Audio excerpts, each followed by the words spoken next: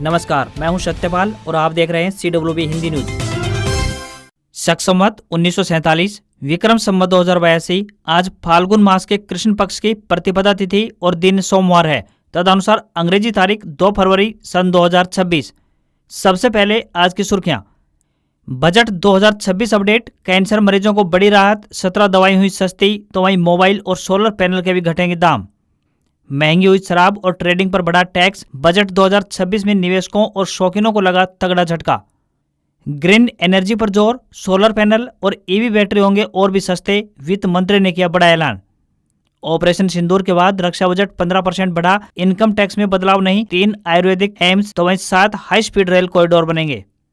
बड़ी खुशखबरी, हरियाणा सरकार कृषि मशीनों पर दे रही है भारी छूट। रोटावेटर से लेकर आलू प्लांटर तक इन 25 यंत्रों पर मिलेगी मोटी सब्सिडी। बताएंगे पूरी अपडेट। 16 फरवरी आखिरी मौका। हरियाणा डीजीपी का बड़ा ऐलान। पुलिस कर्मियों के लिए खुशखबरी, ड्यूटी के साथ साथ अब घर का सपना भी होगा पूरा, किस्तों पर खरीद पाएंगे सस्ते फ्लैट। सरकारी स्कूल के बच्चों की मौज। हरियाणा के सरकारी स्कूलों में अब बच्चों को परोसे जाएंगे स्वादिष्ट और पौष्टिक व्यंजन। पौष्टिकता के साथ मिलेगा स्वाद का तड़का। HKRN शिक्षकों को बड़ी राहत। हरियाणा में PGT अध्यापकों का कार्यकाल 31 मार्च तक बढ़ा, आदेश भी जारी। फेल होने का डर अब खत्म। हरियाणा बोर्ड ने बदला नियम। जुलाई में दूसरी वार्षिक परीक्षा देकर साल बचा सकेंगे छात्र। बताएंगे पूरी खबर। हरियाणा का राखी गढ़ी बनेगा टूरिज्म हब। बजट में ऐलान। 15 आइकॉनिक पुरातात्विक स्थलों की लिस्ट में होने जा रहा है शामिल। रविदास जयंती पर CM सैनी का बड़ा तोहफा। अनुसूचित जाति वर्ग के लिए की बड़ी घोषणाएं। भारत अंडर 19 वर्ल्ड कप के सेमीफाइनल में पहुंचा। 253 रन का टारगेट 33.3 ओवर में चेज नहीं कर सका पाकिस्तान। और पाकिस्तान सरकार का बड़ा ऐलान। T20 वर्ल्ड कप में भारत पाकिस्तान मैच नहीं होगा। बांग्लादेश के समर्थन में 15 फरवरी के महामुकाबले का बायकॉट किया। और अब खबरें विस्तार से। हरियाणा में मौसम बदल गया है। करनाल के घरौंडा क्षेत्र और सोनीपत में शनिवार देर रात जमकर ओले गिरे, जिससे सरसों और गेहूं की फसल को नुकसान पहुंचा है। पानीपत और सोनीपत के कई हिस्सों में तड़के हल्की से मध्यम बारिश हुई है। वहीं फरीदाबाद और पलवल में भी कुछ स्थानों पर बारिश दर्ज की गई है। वहीं सिरसा के डबवाली में सुबह से ही घना कोहरा छाया रहा। हालांकि प्रदेश के कई जिलों में मौसम साफ होने के साथ साथ दोपहर के समय हल्की धूप भी निकली। राज्य में सबसे कम तापमान भिवानी में 6 डिग्री सेल्सियस रिकॉर्ड किया गया। हरियाणा एग्रीकल्चर यूनिवर्सिटी ने बुलेटिन जारी करते हुए बताया कि सरसों की फसल में ओले गिरने से काफी नुकसान पहुंचा है। वहीं 2 फरवरी को सक्रिय पश्चिमी विक्षोभ का असर कम होने लगेगा, लेकिन राज्य के कुछ हिस्सों में आंशिक बादल छाए रह सकते हैं। इक्का दुक्का स्थानों पर बूंदाबांदी की संभावना बनी रहेगी। 2 व 3 फरवरी को राज्य के उत्तरी व दक्षिणी जिलों में कहीं कहीं बूंदाबांदी या हल्की बारिश की संभावना है, परंतु 4 फरवरी से मौसम खुश्क व शीत हवाएं चलने की संभावना जताई गई है, जिससे रात्रि तापमान में फिर से गिरावट आने की संभावना बन रही है।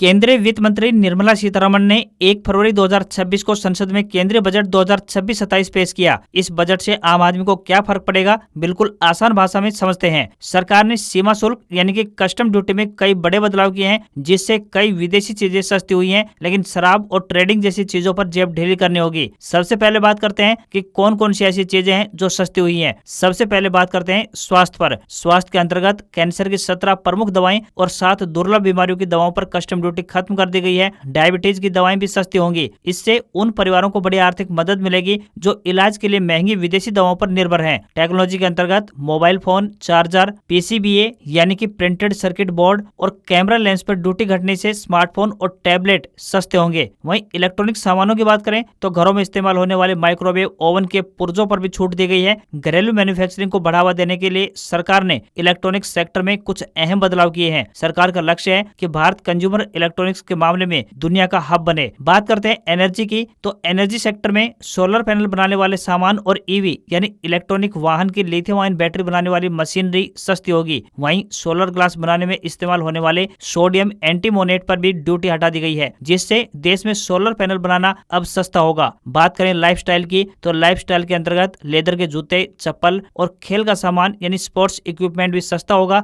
जब कंपनियों को सामान बनाने के लिए कच्चा माल सस्ता मिलेगा तो प्रोडक्शन की लागत घटेगी। अगर कंपनियां इसका फायदा ग्राहकों तक पहुंचाती हैं तो लेदर के जूते, स्पोर्ट्स शूज और सी फूड की कीमतें भी घट सकती हैं। बात करें विदेश यात्रा की तो विदेश घूमने के पैकेज या फिर पढ़ाई के लिए भेजे जाने वाले पैसे पर TCS घटा दिया गया है। अब विदेश यात्रा के टूर पैकेज बुक करना सस्ता हो जाएगा। पहले 10 लाख रुपए तक के खर्चे पर 5% और उससे ज्यादा पर 20% टैक्स यानी TCS लगता था। इसे अब घटाकर सीधा 2% कर दिया गया है। अब इसमें रकम की कोई अपर लिमिट नहीं तय की गई है। विदेश से अपने निजी इस्तेमाल के लिए सामान मंगाना भी सस्ता हो जाएगा। सरकार ने ऐसे सामान पर लगने वाले टैक्स को 20% से घटाकर 10% कर दिया है। डिफेंस सेक्टर में भी एयरक्राफ्ट की मेंटेनेंस और रिपेयरिंग के लिए मंगवाए जाने वाले कच्चे माल पर अब टैक्स नहीं देना होगा। इससे देश में हवाई जहाज बनाने और उनकी मरम्मत करने की लागत कम होगी। 22 सितंबर 2025 से GST के 4 स्लैब को घटाकर 2 कर दिया गया था। अब केवल 5% और 18% के स्लैब में GST लगता है। इससे घी, पनीर खरीदने से लेकर कार और AC खरीदना सस्ता हो गया है।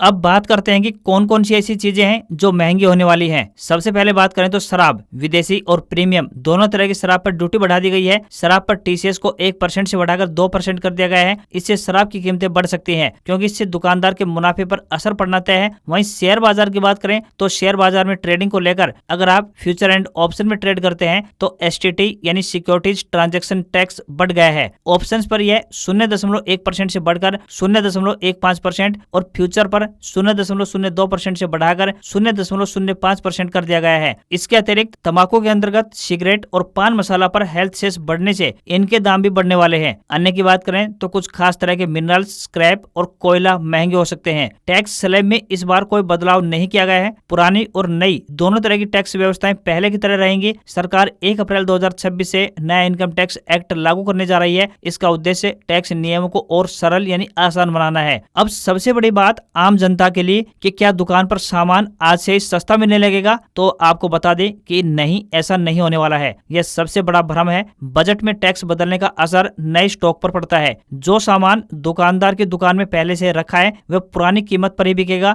बजट का असर दिखने में समय लगता है, वहीं दाम घटना या फिर बढ़ना तय नहीं होता है। यह पूरी तरह से कंपनियों पर भी निर्भर करता है। जैसे कि कई बार सरकार ड्यूटी घटाती है लेकिन कंपनियां अपने प्रॉफिट मार्जिन बढ़ाने के लिए कीमतें कम नहीं करती हैं। इसी तरह अगर कच्चा माल अंतर्राष्ट्रीय बाजार में महंगा हो जाए तो टैक्स घटने के बावजूद दाम स्थिर रह सकते हैं या फिर बढ़ भी सकते हैं, यानी कुछ भी तय नहीं होता है।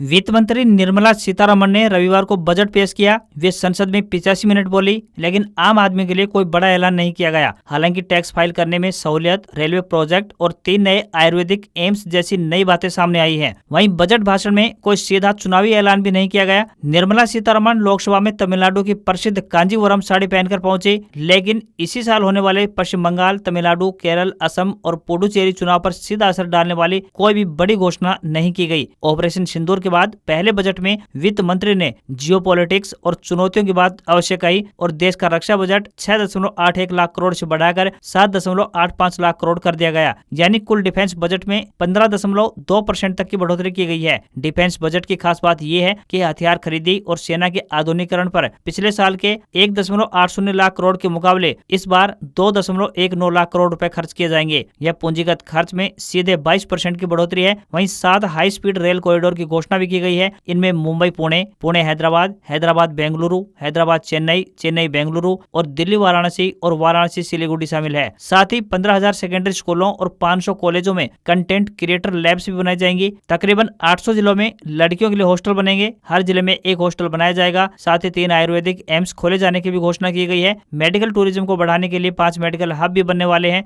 नारियल प्रोत्साहन योजना से तकरीबन 3 करोड़ लोगों को जोड़ा जाएगा। साथ ही मछली पालन को बढ़ावा देने के लिए 500 तालाबों और अमृत सरोवरों का विकास किया जाएगा। ऐसा वित्त मंत्री निर्मला सीतारमण ने रविवार को पेश किए गए अपने बजट में घोषणा की है।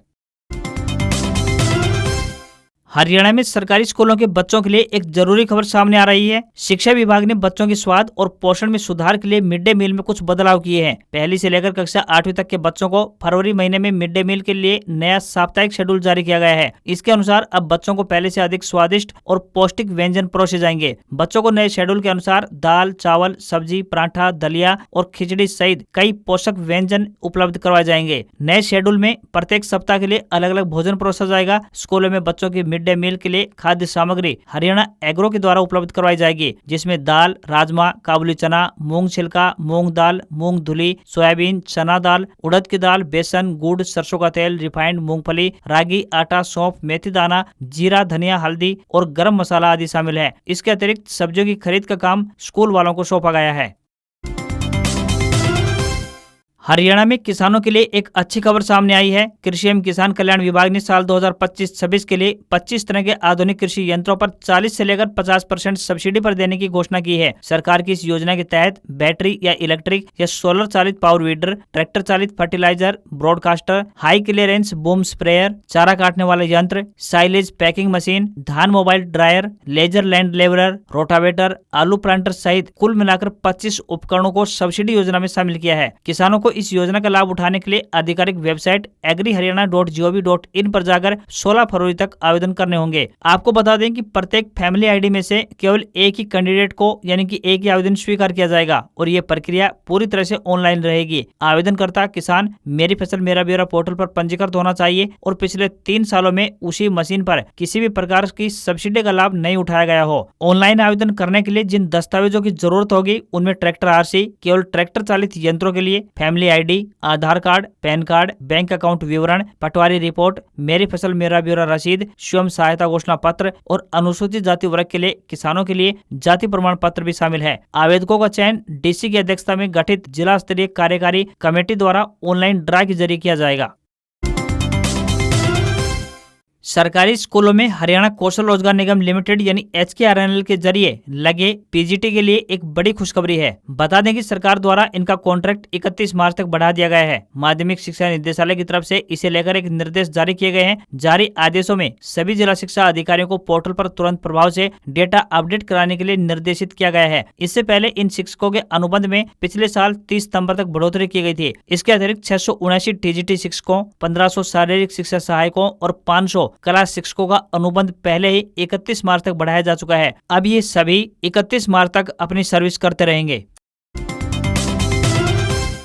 राष्ट्रीय शिक्षा नीति 2020 के तहत हरियाणा विद्यालय शिक्षा बोर्ड की तरफ से एक बड़ा फैसला लिया गया है। अब अंक सुधार के लिए सेकेंडरी यानी 10वीं और सीनियर सेकेंडरी यानी 12वीं के विद्यार्थियों को एक्स्ट्रा चांस प्रदान किया जाएगा। ये रूल बोर्ड से जुड़े हुए सभी सरकारी, गैर सरकारी स्कूलों और गुरुकुलों व विद्यापीठों पर लागू रहेगा। शैक्षणिक सत्र 2025-26 के तहत 12वीं की मुख्य वार्षिक परीक्षा 25 फरवरी से शुरू होने जा रही है, तो वहीं 10वीं की परीक्षा 26 फरवरी से शुरू होगी। पहली परीक्षा के रिजल्ट के बाद अंक सुधार के लिए विद्यार्थियों को मौका मिलेगा। अंक सुधार के लिए दूसरी परीक्षा जुलाई में आयोजित करवाई जाएगी। फाइनल मार्कशीट में उसी परीक्षा के अंक शामिल किए जाएंगे जिसमें स्टूडेंट्स की परफॉर्मेंस अच्छी रही होगी। बोर्ड की तरफ से साफ किया गया है कि दूसरी वार्षिक परीक्षा केवल रेगुलर छात्रों के लिए होगी। जो छात्र पहली वार्षिक परीक्षा में शामिल होंगे वही दूसरी परीक्षा देने के लिए पात्र रहेंगे। पहली परीक्षा के रिजल्ट के बाद पुनः जांच, पुनर्मूल्यांकन और उत्तर पुस्तिका की कॉपी की सुविधा पहले जैसी ही रहेगी। वहीं जिन छात्रों पर पहली परीक्षा में UMC यानी नकल का मामला दर्ज हुआ है वे दूसरी परीक्षा नहीं दे पाएंगे। साथ ही जिनका पेपर रद्द हुआ है वे छात्र दूसरी परीक्षा में शामिल हो पाएंगे। हरियाणा की धर्म नगरी कुरुक्षेत्र जिले के गांव उमरी में संत गुरु रविदास जी की 649वीं जयंती पर राज्य स्तरीय समारोह का आयोजन किया गया, जिसमें CM नायब सिंह सैनी ने बतौर मुख्य अतिथि शिरकत की। कार्यक्रम को संबोधित करते हुए मुख्यमंत्री ने कहा कि गुरु रविदास जी का जन्म 648 साल पहले माघ पूर्णिमा के पावन दिन काशी की पुण्य भूमि पर हुआ था। उनका व्यक्तित्व पूर्णिमा के चंद्रमा की तरह शीतल एवं उज्जवल रहा। उनकी वाणी, आदर्श और शिक्षाएं अजर अमर हैं। वे केवल अपने युग के संत नहीं थे बल्कि हर युग के लिए मानवता के मार्गदर्शक हैं। उन्होंने कहा कि संत गुरु रविदास जी ने भक्ति आंदोलन से समाज सुधार किया, जिससे उस समय जाति पाति, अंधविश्वास और ऊंच नीच में उलझे समाज में एक नई जागृति आई थी। संत गुरु रविदास जयंती पर बड़ी घोषणाएं करते हुए मुख्यमंत्री नायब सिंह सैनी ने कहा कि एक ही जगह पर पिछले 20 सालों से रह रहे अनुसूचित जाति वर्ग के लोगों को अब पॉलिसी बनाकर मालिकाना हक दिया जाएगा। वहीं SC कंपोनेंट प्लान की राशि को SC समाज के लिए प्रयोग करने के लिए विधानसभा सत्र में प्रावधान लाकर लागू किया जाएगा। इसके साथ ही औद्योगिक व व्यावसायिक प्रयोग के लिए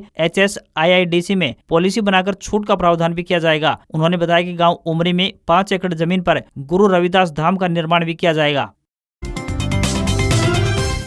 हरियाणा के नए पुलिस महानिदेशक यानी डीजीपी अजय सिंघल पहली बार रोहतक दौरे पर पहुंचे, जहां उन्होंने भविष्य का विजन पेश करते हुए अधिकारियों के साथ सीधा संवाद किया। इस दौरान जमीनी स्तर पर आने वाली चुनौतियां, पुलिस की गुणवत्ता और आमजन की अपेक्षाओं को लेकर गंभीरता से विचार किया गया। उन्होंने कहा कि लोगों में पुलिस के प्रति और ज्यादा विश्वास बढ़े, इसके लिए जमीनी स्तर पर सुधार करने होंगे ताकि न्याय की उम्मीद लगाए बैठे व्यक्ति को निराशा हाथ न लगे। डीजीपी अजय सिंघल ने बताया कि हरियाणा पुलिस अपने जवानों के सम्मान, सुरक्षा और भविष्य को लेकर पूरी तरह से प्रतिबद्ध है। उन्हें ईएमआई पर सस्ते फ्लैट और मकान भी दिलवाए जाने की योजना पर काम किया जा रहा है। उन्होंने बताया कि पुलिसकर्मियों की बेटियों की शादी के लिए 5 लाख रुपए की सहायता राशि, आवासीय सुविधाओं का विस्तार, नियमित स्वास्थ्य जांच, बैंक्वेट हॉल की सुविधा व बच्चों की शिक्षा के लिए 2 लाख रुपए तक की आर्थिक सहायता राशि का लाभ भी इस समय दिया जा रहा है। हरियाणा के हिसार जिले में स्थित राखी गढ़ी अब देश के 15 आइकॉनिक पुरातात्विक स्थलों की सूची में शामिल होगा। रविवार 1 फरवरी को केंद्रीय वित्त मंत्री निर्मला सीतारमण ने संसद में बजट पेश करते हुए इसकी घोषणा की। इस पहल से दुनिया की सबसे पुरानी सभ्यताओं में से एक सिंधु घाटी के इस केंद्र को अब इंटरनेशनल टूरिज्म सेक्टर में एक नई पहचान मिलने की उम्मीद है। वित्त मंत्री ने कहा कि राखी गढ़ी में टूरिज्म को बढ़ावा देने के लिए यहाँ पाथवे बनाया जाएगा। इसके अलावा सांस्कृतिक और ऐतिहासिक धरोहर को लोगों तक पहुँचाने के लिए यहाँ कल्चरल कार्यक्रम भी किए जाएंगे। राखी गढ़ी में 6000 साल पुरानी हड़प्पा कालीन सभ्यता की खोज की जा चुकी है। यहाँ से एक साथ 60 कंकाल मिल चुके थे। इसके अलावा महिलाओं के आभूषण से लेकर पुरानी लिपि और पानी का ड्रेनेज सिस्टम भी मिल चुका है। इससे पता चलता है कि हजारों साल पहले यहाँ पर देश में एक सभ्यता ऐसी थी जो विकसित नगर में रहती थी। वहीं दूसरी तरफ राज्यसभा सांसद और कांग्रेस नेता रणदीप सिंह सुरजेवाला ने सोशल मीडिया प्लेटफॉर्म एक्स पर लिखा, केंद्रीय बजट में हरियाणा का नामो निशान नहीं है। राज्य को सिर्फ राखी गढ़ी में एएसआई का झुंझुना मिला। जब नायब हो सरकार तो हरियाणा के साथ हकमारी होगी बार बार। रोहतक से कांग्रेस सांसद दीपेंद्र सिंह हुड्डा ने सोशल मीडिया प्लेटफॉर्म एक्स पर लिखा, हरियाणा के मुख्यमंत्री हैं नायब, केंद्रीय बजट से हरियाणा फिर गायब। पिछले 12 साल की तरह एक बार फिर केंद्रीय बजट में हरियाणा खाली हाथ रहा। केंद्र की बीजेपी सरकार हरियाणा के साथ सौतेला व्यवहार क्यों कर रही है, जबकि हरियाणा से देश में सबसे ज्यादा जीएसटी कलेक्शन और टोल टैक्स वसूली होती है, लेकिन बजट में हिस्सेदारी 0 रहती है। वहीं इनेलो के राष्ट्रीय अध्यक्ष अभय सिंह चौटाला ने अपने सोशल मीडिया प्लेटफॉर्म एक्स पर लिखा, आज के बजट में हरियाणा के नाम पर सिर्फ चुप्पी दर्ज की गई। न किसान को राहत, न युवा को रोजगार और न ही प्रदेश को कोई ठोस योजना। यह बजट नहीं बल्कि हरियाणा को हाशिए पर धकेलने की सोची समझी नीति है। दिल्ली की सत्ता गलियारों से चलने वाली सरकार आखिर ये बताए कि हरियाणा को बदले में वास्तव में क्या मिला। कहाँ है बड़े निवेश, कहाँ है ठोस परियोजना और कहाँ है वह लाभ जो हरियाणा को विकास की अगली कतार में खड़ा कर सकेगा। जिला आयुष समिति रोहतक द्वारा मल्टीपर्पज वर्कर के पदों पर भर्ती के लिए आवेदन आमंत्रित किए गए हैं। जो भी उम्मीदवार इन पदों के लिए इच्छुक हैं वे अपना आवेदन भेज सकते हैं। आपको बता दें कि ये भर्ती अनुबंध आधार पर होने जा रही है। महिला व पुरुष दोनों वर्गों के उम्मीदवार अपने लिए आवेदन भेज सकते हैं। आवेदक 12वीं पास तथा मल्टीपर्पज हेल्थ वर्कर या एएनएम कोर्स धारक होने चाहिए। आवेदक के पास 10वीं में हिंदी या संस्कृत में से कोई भी एक विषय होना चाहिए। आवेदकों को कोई आवेदन शुल्क नहीं देना है। न्यूनतम आयु 18 वर्ष और अधिकतम आयु 42 वर्ष तय की गई है। आवेदन करने की अंतिम तिथि 4 फरवरी है। सैलरी 15,000 रुपए पर मंथ मिलेगी। गूगल ने यूजर्स के लिए 2 बड़े अपडेट लॉन्च किए हैं। एक तरफ एंड्रॉइड में मजबूत थेफ्ट प्रोटेक्शन फीचर दिया गया है, तो दूसरी तरफ जीमेल में अब जेमिनी एआई की एंट्री भी हो चुकी है। एक अपडेट फोन चोरी होने की स्थिति में डेटा और पैसों को बचाने पर फोकस करता है, तो दूसरा अपडेट आपके जीमेल इनबॉक्स को एआई असिस्टेंट में बदलने पर जोर देता है। गूगल बायोमेट्रिक सिक्योरिटी को और मजबूत कर रहा है। चोरी होने पर बैंकिंग, फाइनेंस जैसी थर्ड पार्टी ऐप खोलने के लिए अब फिंगरप्रिंट या फिर पिन जरूरी होगा। फोन लॉक करने के लिए गूगल अकाउंट लॉगिन की जरूरत नहीं है।